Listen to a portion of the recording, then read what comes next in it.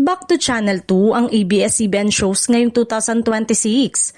Maaalalang last December ay inanunsyo ng Advanced Media Broadcasting System na nagmamay-ari at nagpapatakbo ng All TV na nakakuha sila ng lisensya mula sa ABS-CBN para maipalabas ang Kapamilya Channel sa All TV simula January 2, 2026. Kaya naman, napapanood na ang All TV ang FPJ Batang Quiapo.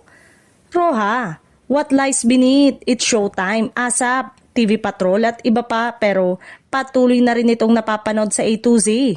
Habang ang It's Showtime at Pinoy Big Brother Celebrity Collab 2.0 ay napapanood pa rin sa GMA. Hindi na rin daw nahilot ang partnership ng ABS-CBN matapos ang desisyon ng TV5 na wakasan ng kasunduan na ipalabas ang mga programa ng Kapamilya Channel. Binayaran daw ng buo ng ABS-CBN ang mga obligasyon nito sa TV5, MediaQuest alinsunod sa mga kasunduan ng bawat partido.